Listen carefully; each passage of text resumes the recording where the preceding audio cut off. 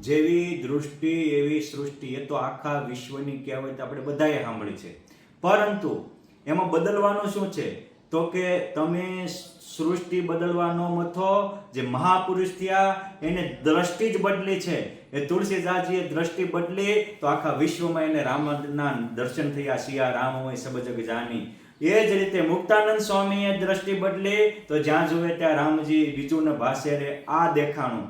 માટે સૃષ્ટિ બદલવાની છોડો, દ્રષ્ટિ બદલો. એક ભાઈ મહેમાનને ત્યાં જમવા ગયો, દૂધપાકમાં માખી જોઈને ચમચીએ કાઢવા લાગ્યો. આખી દૂધપાકની તપેલી ખાલી થઈ ગઈ. પછી આમ હાથ ઊંચો કર્યો તો ચશ્મા ઉપર માખ હતી. એ માખ ચશ્મા ઉપર હતી ને દાટ દૂધપાકનો વાળી દીધો. એ જ રીતે દોષ આપણામાં હોય ને આપણે આખા જગતનું ને પરિવારની પાયમાલી કરતા હોય. માટે સુધારવું હોય તો સ્વથી સુધારો કરો. જિંદગીનો જંગ જીતી જશો. જય સ્વામિનારાયણ.